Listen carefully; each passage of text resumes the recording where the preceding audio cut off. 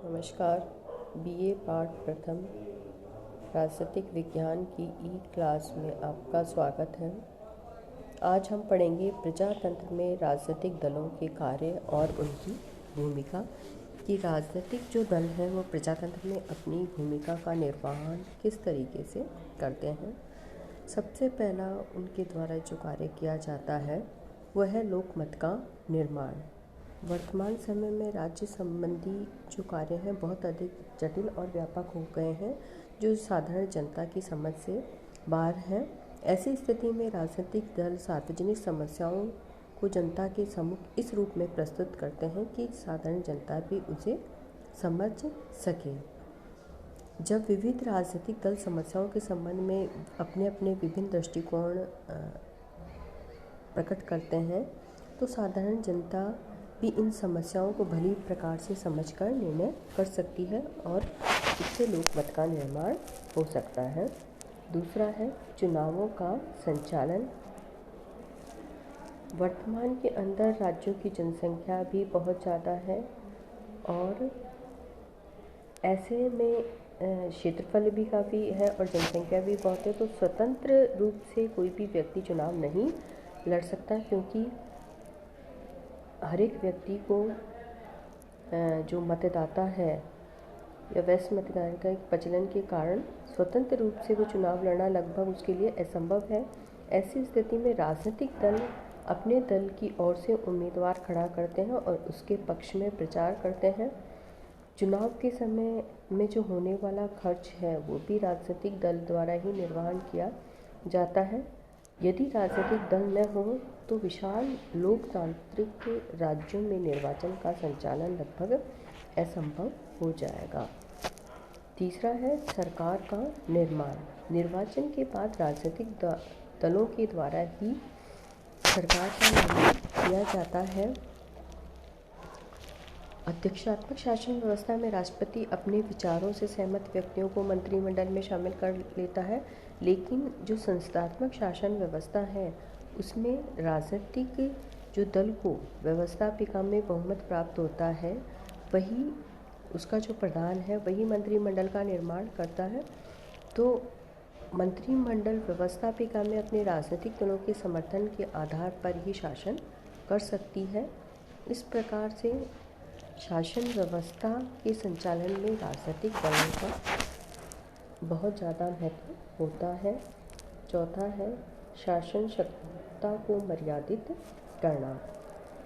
शासन व्यवस्था में बहुसंख्यक राजनीतिक दल के साथ साथ में अल्पसंख्यक राजनीतिक दल या विरोधी दल का भी बहुत अधिक महत्व है, क्योंकि जो बहुसंख्यक दल है वो शासन सत्ता का संचालन करता है, तो अल्पसंख्यक दल विरोधी दल के रूप में कार्य करके जो भी उसकी जो गलत कार्य हैं शासन सत्ता के या जो कमियां हैं उनको गिना कर या उसकी शक्ति पर एक तरीके से नियंत्रण रखने का कार्य करता है। संगठित विरोधी दल के अभाव में शासक दल अधिनायकवादी रुख अपना सकता है, इसलिए शासन सत्ता को मर्यादित रखने का कार्य राजनीतिक दल के द्वारा किया जाता है। पांचवा है सरकार के विभिन्न विभागों में समन्वय और सामंजस्य।